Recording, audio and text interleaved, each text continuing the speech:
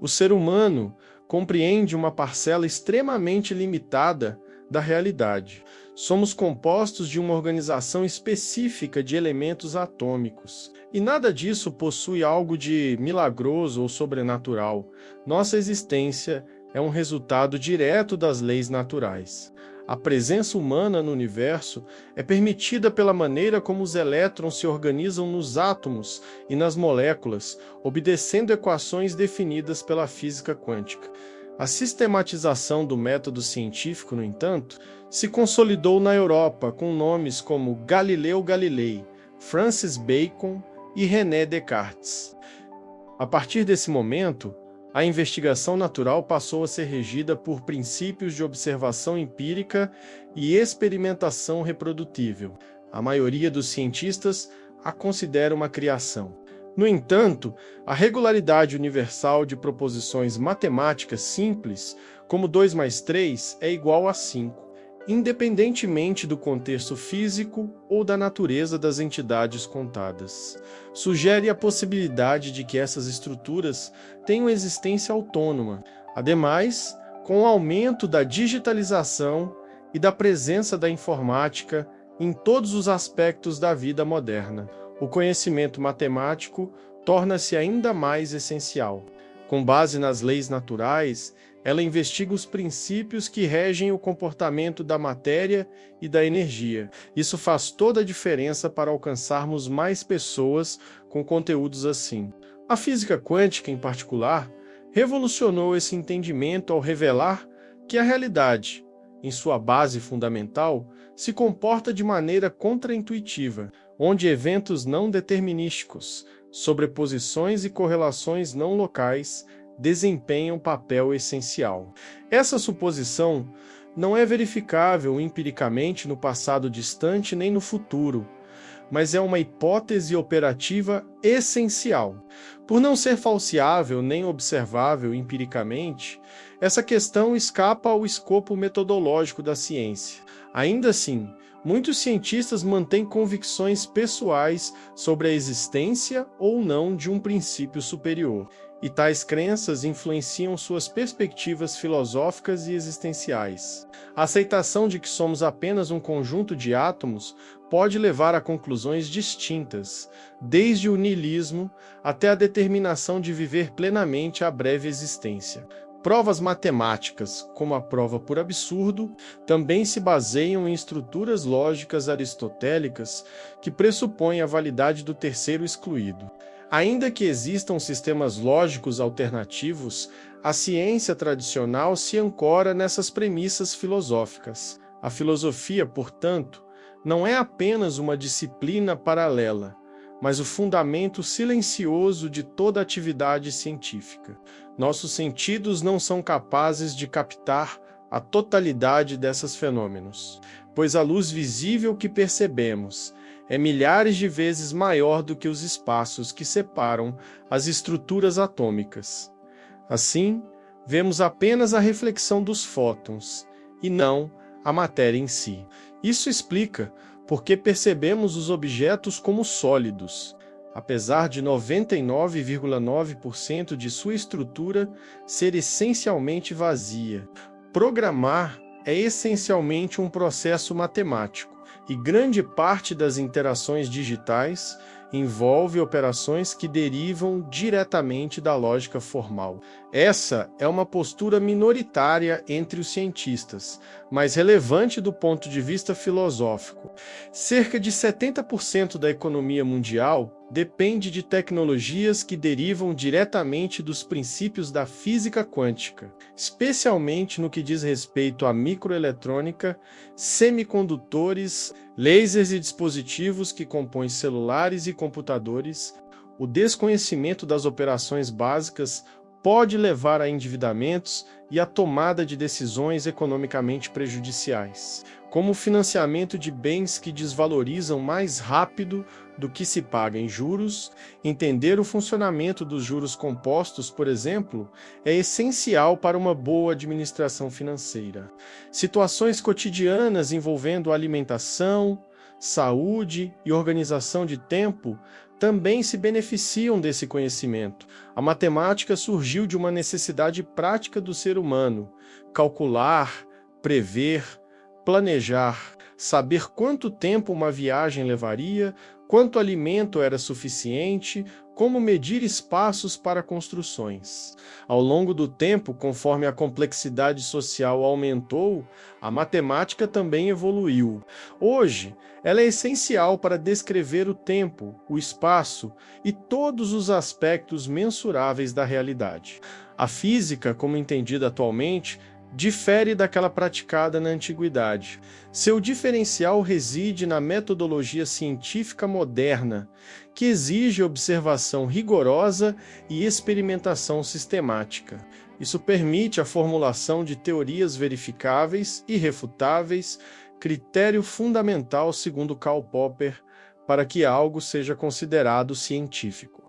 Historicamente, a origem da universidade e da ciência sistemática remonta ao apogeu do mundo islâmico e à fundação da primeira universidade, no que hoje é o Marrocos. A escola pitagórica foi um dos primeiros movimentos a unificar filosofia e matemática. Para os pitagóricos, os números não apenas descreviam a realidade, mas a constituíam em si. A divisão entre números pares e ímpares, por exemplo, era compreendida simbolicamente em termos de gênero e ordem. A soma dos números ímpares resultava sempre em um quadrado perfeito, o que indicava regularidade e estrutura. Ainda que hoje a matemática se afaste dessas interpretações poéticas, ela continua carregando um substrato filosófico profundo. A questão sobre se a matemática é uma criação humana ou uma descoberta de entidades abstratas existentes, independentemente da mente humana, permanece em aberto. O aprendizado matemático possui impactos diretos e imediatos na vida cotidiana, especialmente na esfera financeira. Na área da saúde, o entendimento básico de matemática permite o controle de calorias, o gerenciamento de dietas, a adesão a tratamentos com durabilidade definida e o cálculo de dosagens medicamentosas. A física, por sua vez, permite uma compreensão aprofundada da estrutura e funcionamento do universo. Se você chegou até aqui e esse tipo de reflexão te estimula, ajude a expandir essas discussões. Inscreva-se no canal e ative as notificações. A ciência busca regularidades na natureza e supõe que essas leis permanecem constantes no tempo. A existência de Deus ou de uma consciência transcendental, por exemplo, não é uma questão científica no sentido estrito. A busca por compreender essas camadas mais profundas não se restringe apenas à física ou à matemática. Ela se estende ao modo como interpretamos a existência humana no contexto de um cosmos que nos excede em todas as escalas. A vastidão do universo, com suas centenas de bilhões de galáxias, cada uma contendo bilhões de estrelas, reduz a nossa presença física a uma insignificância estatística. No entanto, é justamente dessa insignificância que emerge a consciência capaz de formular perguntas sobre sua própria origem, estrutura e finalidade. Isso coloca o ser humano numa posição paradoxal, ao mesmo tempo ínfimo e central, contingente e consciente, limitado e indagador. Essa consciência, fruto da organização da matéria em formas complexas, não pode ser completamente explicada por reducionismos simplistas. Existe a realidade física mensurável, mas também a realidade vivida, emocional, simbólica e cultural. Cada uma dessas dimensões tem sua lógica interna e sua validade própria. Ela nos ensina não apenas como funcionam as coisas, mas também quais são os limites daquilo que podemos saber. Ainda que a resposta a essa pergunta esteja além de nosso alcance atual, o próprio ato de formulá-la já é um sinal da grandeza da consciência humana. Essa consciência dos limites, por sua vez, pode gerar uma forma mais refinada de espiritualidade. não baseada em dogmas ou rituais, mas numa atitude de reverência diante do mistério que nos cerca e nos constitui. Negar uma em nome da outra é um erro de categoria.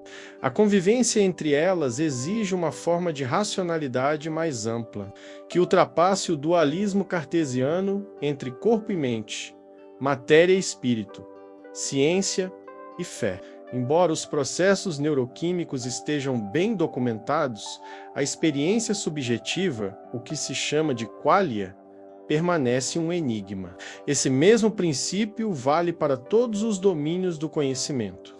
A realidade é sempre maior do que qualquer teoria pode capturar. Por isso, a humildade epistemológica deve acompanhar todo o processo investigativo. Juntos, podemos ampliar o alcance desse conhecimento e incentivar um debate mais profundo sobre a realidade. Não se trata de renunciar ao conhecimento, mas de reconhecê-lo como sempre parcial, sempre inacabado. A linguagem da física, por mais precisa que seja, não dá conta dos valores éticos, das decisões morais, do sofrimento humano ou da estética. Esses domínios exigem outras abordagens, baseadas em outras premissas, mesmo que não sejam incompatíveis com os conhecimentos científicos. A tentativa de fundar todos os saberes em uma única matriz epistemológica não apenas é ilusória, como também empobrece o entendimento da complexidade humana. Essa discrepância entre o funcionamento material do cérebro e a vivência interior da consciência é um dos maiores desafios da filosofia da mente e das ciências cognitivas. Qualquer tentativa de redução completa da subjetividade à fisiologia esbarra na impossibilidade de traduzir sensação em quantidade, sentimento em lógica, intenção em causalidade física. Em função disso, muitos pesquisadores admitem que há níveis distintos de descrição da realidade e que esses níveis não são redutíveis uns aos outros. Por isso, qualquer projeto de educação científica precisa ser também um projeto de educação filosófica. Ensinar ciência sem ensinar filosofia resulta em técnicos que operam ferramentas sem entender os limites, as implicações e os pressupostos do que fazem. Por outro lado, uma filosofia descolada da ciência degenera facilmente em especulação infundada. O verdadeiro progresso só é possível quando ambas caminham juntas, a ciência fornecendo os dados e a filosofia estruturando o sentido. Nesse contexto, a ideia de realidade se revela multifacetada. Quando a física revela que a luz visível é apenas uma fração minúscula do espectro eletromagnético. Isso nos lembra que há muito mais entre o céu e a terra do que nossa percepção imediata alcança. É nesse sentido que a ciência, mesmo sendo um projeto de descrição do mundo, torna-se uma fonte de sabedoria existencial. Ao final, a interrogação fundamental permanece. Qual é o lugar do ser humano nesse universo profundamente estranho, regido por leis matemáticas, composto em sua maior parte por vazio, onde a matéria visível representa apenas uma fração do que existe? Se você considera importante que mais pessoas tenham acesso a esse tipo de reflexão, curta e compartilhe este conteúdo. Essa ética do conhecimento precisa também ser defendida ativamente contra os riscos crescentes de distorção deliberada da informação. Vivemos numa era em que teorias pseudocientíficas, negacionismos e distorções ganham alcance global em segundos, impulsionadas por algoritmos que premiam o engajamento e não a veracidade. A proliferação de conteúdos falsos ou simplificadores ameaça o espaço público racional, essencial para a convivência democrática. Quando a desinformação se alastra, ela mina a confiança nas instituições, obscurece o debate e enfraquece o discernimento coletivo. Desde a antiguidade, pensadores como Aristóteles já distinguiam entre conhecimento técnico, conhecimento prático e conhecimento teórico.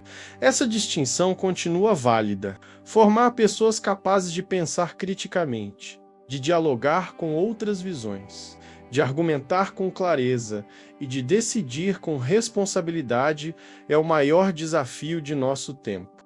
Tornar ideias complexas compreensíveis não é uma tarefa menor. É um dos mais altos desafios intelectuais. A comunicação científica deve ser clara, honesta e engajadora. As crises ambientais, sanitárias, econômicas e sociais que marcam o presente não serão superadas apenas com mais tecnologia, mas com mais sabedoria. A ciência pode oferecer os instrumentos, mas o sentido da ação precisa vir de uma reflexão coletiva, enraizada em valores como justiça, responsabilidade e solidariedade. Sem isso, o progresso técnico se torna vazio ou, pior, destrutivo. Não se trata de simplificar no sentido de banalizar, mas de construir pontes entre o saber especializado e a compreensão geral. Não somos apenas observadores passivos de um cosmos indiferente. Somos, ao mesmo tempo, parte e consciência desse cosmos. E essa consciência nos torna responsáveis. O conhecimento não é um fim em si mesmo. É um chamado à responsabilidade, um convite à transformação. Isso requer, entre outras coisas, uma sensibilidade para os contextos culturais, uma escuta atenta às dúvidas e uma disposição para o diálogo. Escreva nos comentários sua visão sobre isso. Vamos construir juntos um espaço de reflexão crítica e profunda sobre o mundo e nosso lugar nele. A fragmentação do saber, o isolamento das disciplinas e a mercantilização do conhecimento têm contribuído para uma formação superficial, utilitária e frágil. Contra isso, é preciso resgatar a ideia de que o conhecimento é, antes de tudo, um bem comum, não propriedade de especialistas, mas ferramenta para a emancipação de todos. Saber como fazer algo não é o mesmo que saber se aquilo deve ser feito. A crise contemporânea da racionalidade não é, portanto, uma crise da ciência, mas uma crise da articulação entre os diferentes modos de saber. O cientificismo, que pretende reduzir tudo à técnica, é tão problemático quanto o obscurantismo, que rejeita o saber sistemático. Ambos falham em integrar a complexidade da experiência humana. Nesse cenário, o papel da ciência se torna ainda mais urgente, não apenas como geradora de conhecimento técnico, mas como guardiã de critérios rigorosos para avaliar a realidade. No entanto, a ciência não é imune aos contextos sociais e econômicos. A produção científica depende de financiamento, de instituições, de redes de pesquisa e, em muitos casos, de interesses geopolíticos. Não como autoridade impositiva, mas como parceira na construção de um mundo mais justo, mais informado e mais consciente. Para isso, ela deve se mostrar como realmente é: falível, aberta, rigorosa, crítica e profundamente humana. Uma ciência que não se esconde atrás de jargões, que não se curva a interesses espúrios, que não se isola em torres de marfim menos, mas que se engaja com os problemas reais da sociedade e do planeta. O que podemos fazer não é necessariamente o que devemos fazer. A técnica sem reflexão ética pode amplificar desigualdades, comprometer liberdades ou causar danos irreversíveis. A ciência, nesse sentido, precisa ser acompanhada por um debate público informado, onde os valores sejam discutidos abertamente e as consequências sejam consideradas antes das decisões técnicas. Não se trata de restringir a pesquisa, mas de contextualizá-la no horizonte maior da dignidade humana. Grandes descobertas estão frequentemente condicionadas a agendas estratégicas de estados e corporações. Isso não desqualifica o conhecimento produzido, mas exige uma consciência crítica sobre os mecanismos que o moldam. A neutralidade da ciência é ideal regulativo, não realidade histórica. Por isso, é necessário pensar também na governança da ciência, na democratização do acesso ao conhecimento e na ética da inovação tecnológica.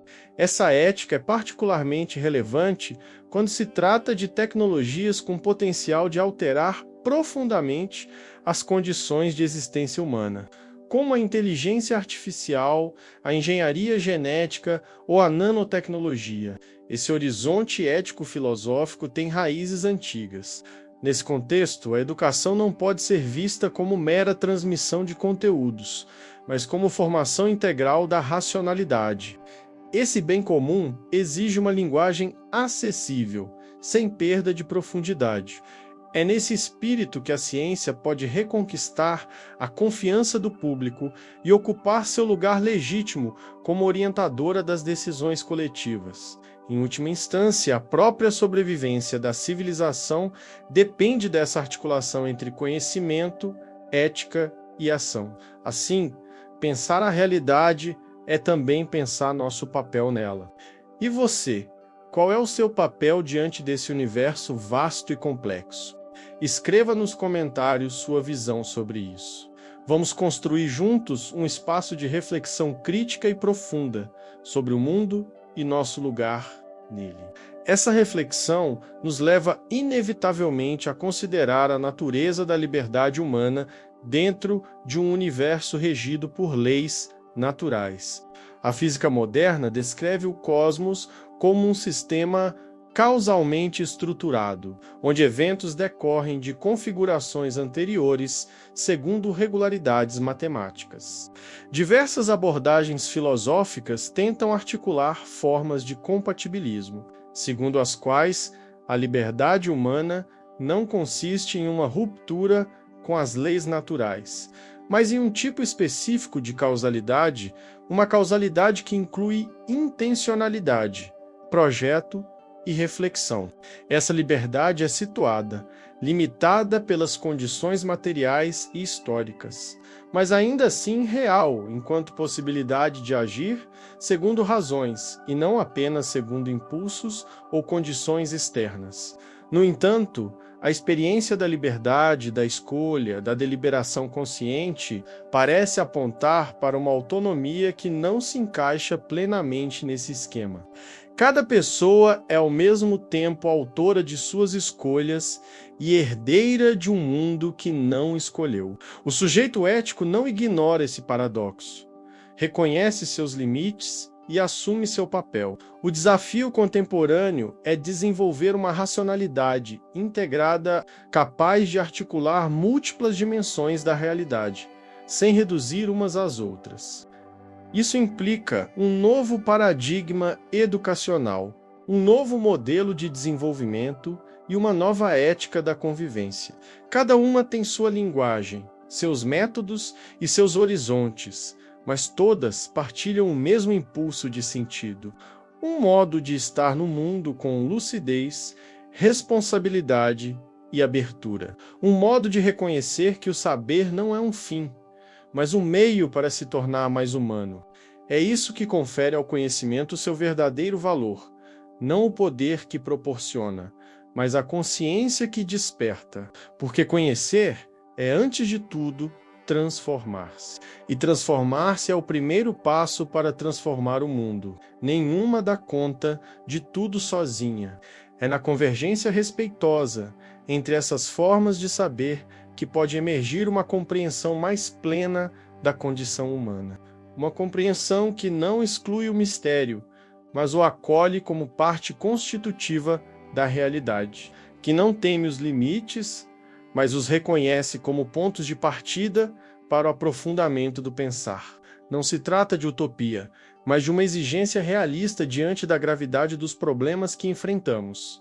A ética da responsabilidade, como formulada por pensadores como Hans Jonas, exige que se leve em conta as consequências dos atos, não apenas no presente, mas também no futuro. Isso é especialmente importante diante de tecnologias que têm poder de afetar irreversivelmente o planeta e as gerações vindouras. Como reconciliar a existência de leis determinísticas com a vivência interna de liberdade? O conhecimento sobre as mudanças climáticas, a perda de biodiversidade, a degradação dos ecossistemas é fruto direto da pesquisa científica. Mas transformar esse conhecimento em ação depende de valores, decisões políticas e mudanças culturais.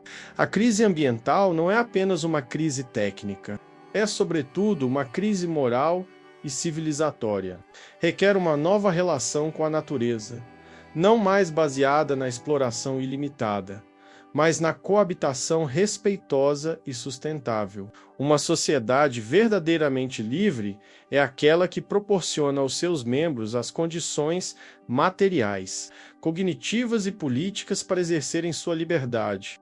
Isso inclui acesso à educação de qualidade, oportunidades iguais de desenvolvimento, meios de participação nas decisões coletivas e respeito à diversidade de perspectivas. Envolve aprender a pensar de maneira complexa, a dialogar com diferentes saberes, a tolerar a ambiguidade e a incerteza. Envolve, sobretudo, um compromisso com a verdade, não como posse definitiva, mas como busca constante, sustentada pela honestidade intelectual e pela disposição de revisar convicções diante de novos argumentos ou evidências. Sem esses elementos, a liberdade é apenas retórica, menos um nome vazio usado para encobrir desigualdades estruturais.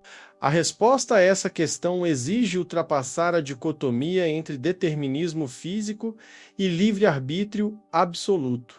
Nesse sentido, a liberdade não é dada, mas construída. Ela exige consciência de si, conhecimento das circunstâncias, crítica às estruturas que condicionam o agir e disposição para transformar o que limita a ação.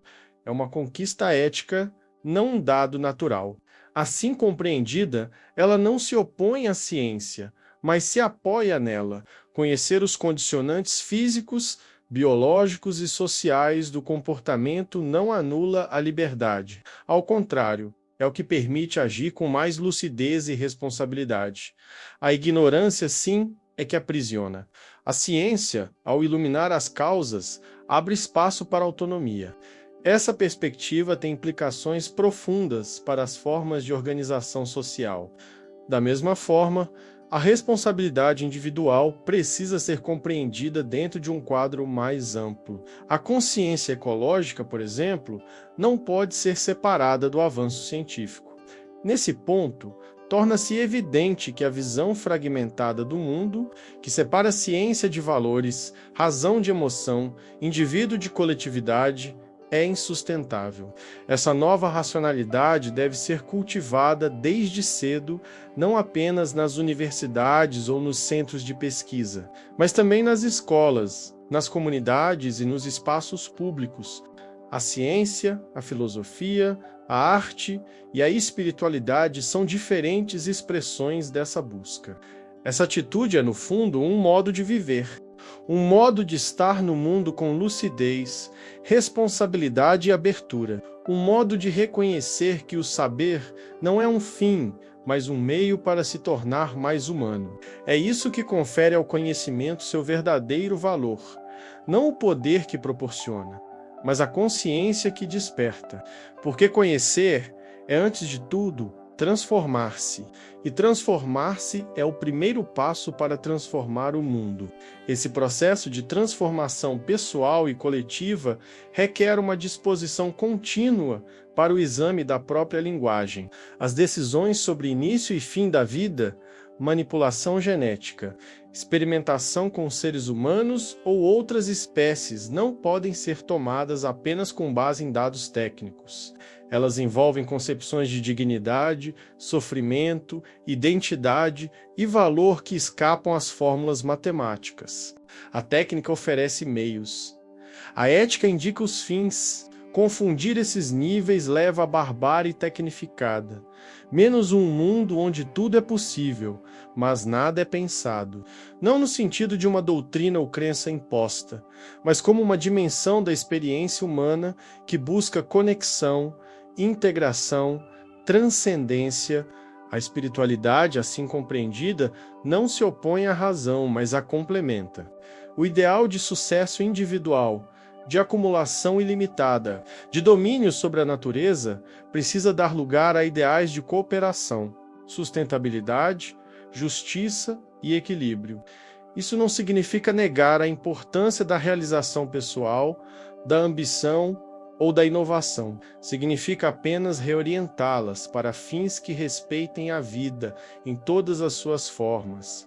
Significa colocar o conhecimento a serviço da dignidade humana e da preservação do planeta. Oferece recursos simbólicos para lidar com o finito, o incerto, o incompreensível.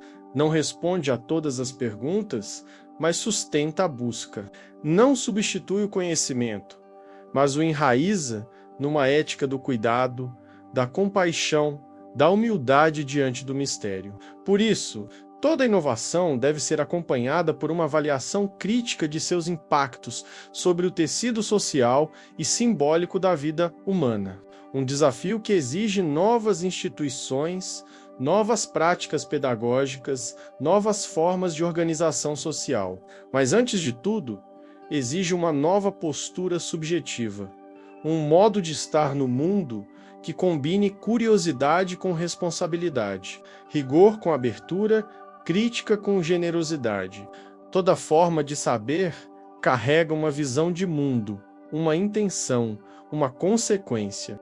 A tarefa é torná-las conscientes, deliberadas, examinadas à luz da razão e da ética. Só assim o conhecimento poderá ser, de fato, instrumento de emancipação e não de dominação, exclusão ou destruição. Só assim seremos verdadeiramente humanos.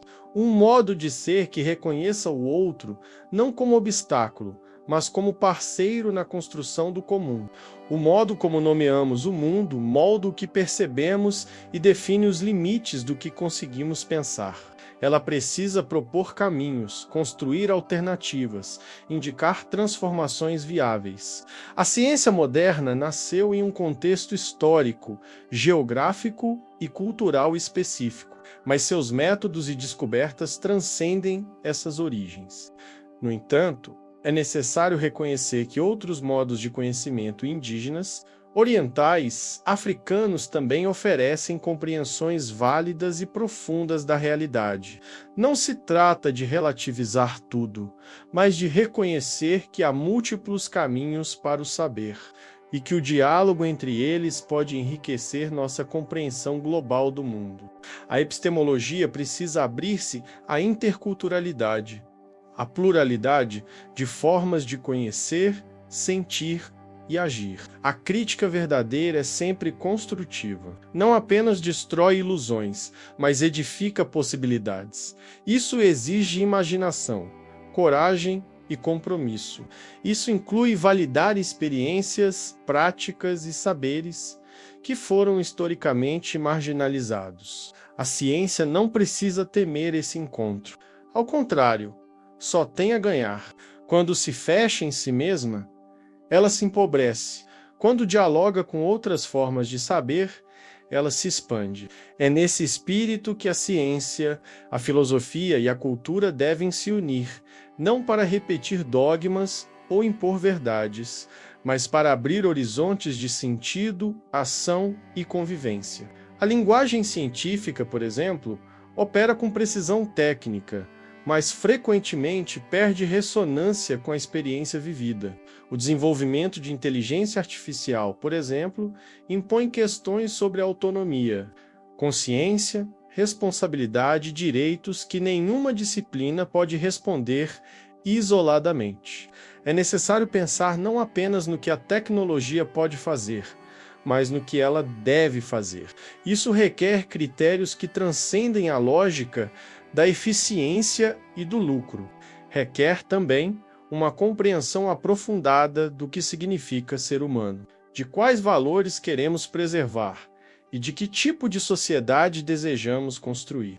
Já a linguagem comum, carregada de ambiguidades e metáforas, expressa nuances afetivas e existenciais que o vocabulário técnico muitas vezes não alcança. O diálogo entre essas formas de linguagem não é apenas desejável, mas necessário.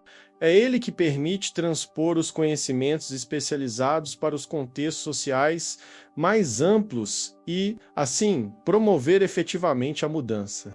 A filosofia tem papel central nesse trabalho de tradução e articulação. Não como disciplina escolarizada e erudita, mas como exercício cotidiano de pensamento. Filosofar é questionar pressupostos, explorar alternativas, investigar consequências. É resistir à resposta pronta, ao slogan, à manipulação do discurso. A filosofia desafia o conformismo intelectual e propõe uma atitude ativa diante do saber. Nessa medida, ela é ferramenta de liberdade e, como tal, deve estar presente em todos os espaços de formação, na ciência, na educação, na política e na vida cotidiana. A articulação entre ciência e filosofia também é essencial para enfrentar os desafios éticos colocados pelas tecnologias emergentes. A bioética, nesse sentido, é um campo exemplar da necessidade de diálogo entre saberes. Essa crítica, no entanto, não pode se reduzir ao ceticismo ou à denúncia. Essa abertura é essencial também para lidar com a diversidade de perspectivas culturais. Esse reconhecimento da diversidade epistemológica não implica renunciar aos critérios de rigor, mas ampliar sua aplicação para além das fronteiras tradicionais do saber acadêmico. Do mesmo modo, a espiritualidade pode ser uma aliada na construção de sentido. Essa integração entre razão e espiritualidade, ciência e ética, técnica e sabedoria é o grande desafio do nosso tempo. Essa construção só será possível se formos capazes de reformular os ideais que nos guiam, porque ao final tudo converge para essa constatação. Não há conhecimento neutro.